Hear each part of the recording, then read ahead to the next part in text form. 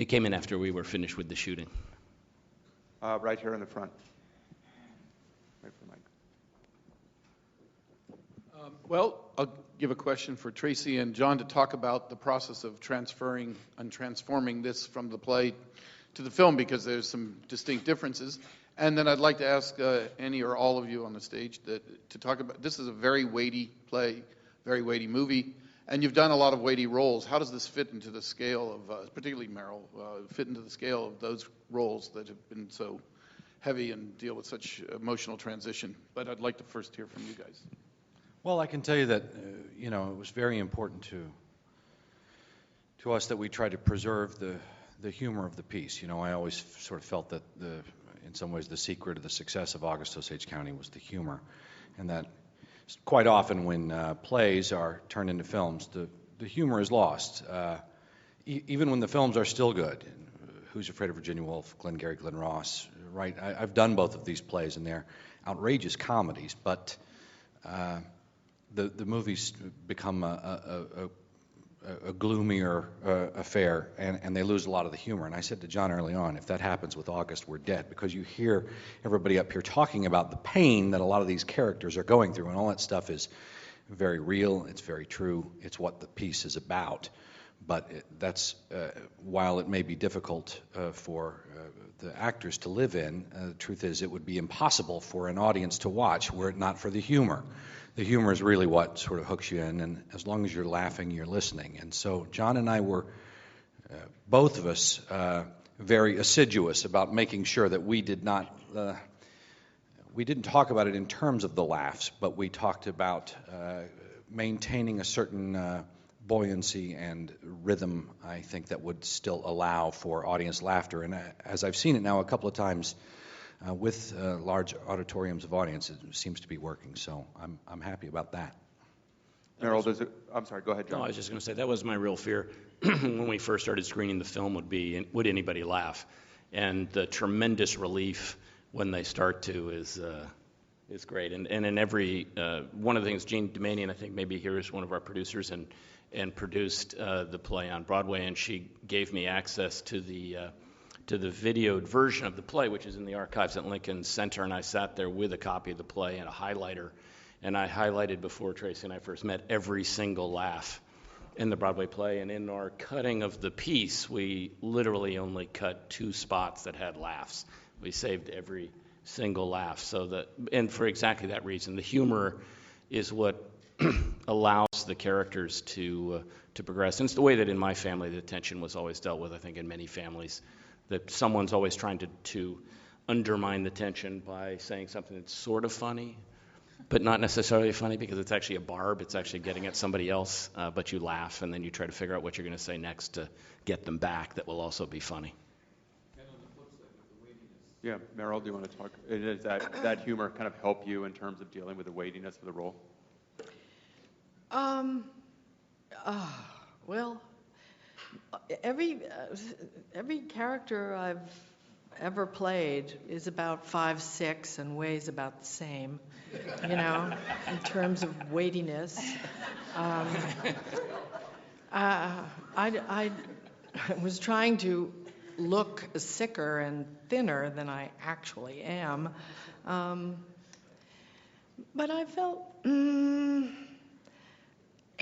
It's just, I don't think about things that way.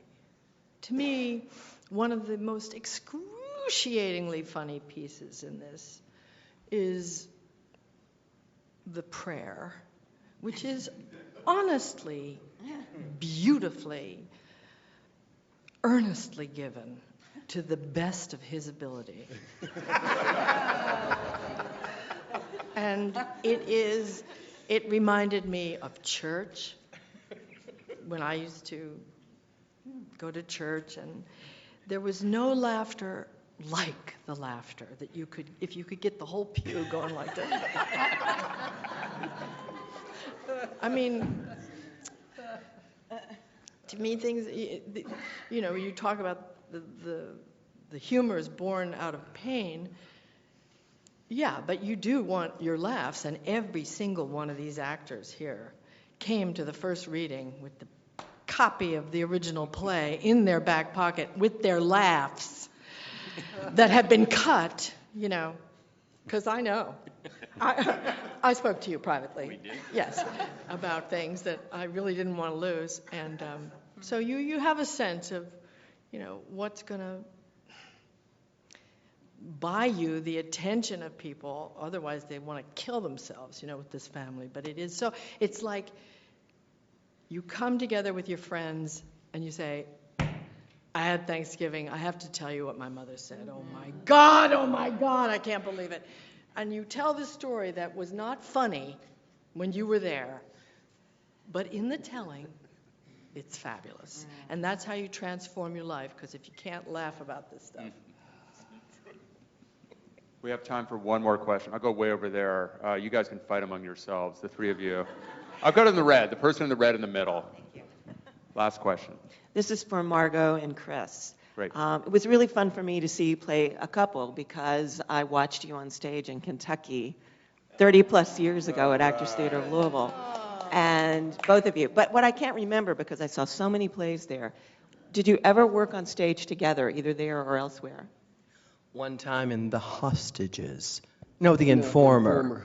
The Informer. We all had Irish accents in Kentucky. I can't even do one. It's ridiculous.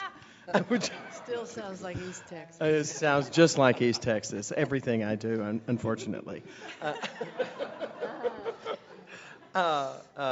May have been on stage, but I don't think we traded any lines together. We didn't trade any lines except in whispers on stage to try to make me laugh. That's Well, yeah, it was great to be married to Chris Cooper. I adored working with this, and I have been waiting a long time to work with Margo, and I keep saying, you know, gosh, she's working so much now, you know, but she was as talented back then as now, you know, and just can't take my eyes off her, and she's doing great. So busy right now. We have to wrap this up, unfortunately. I want to thank Dermot, Juliette, Julianne, Julia, Meryl, John, Margo, Chris, Abigail, and Tracy. Thank you. Thank you.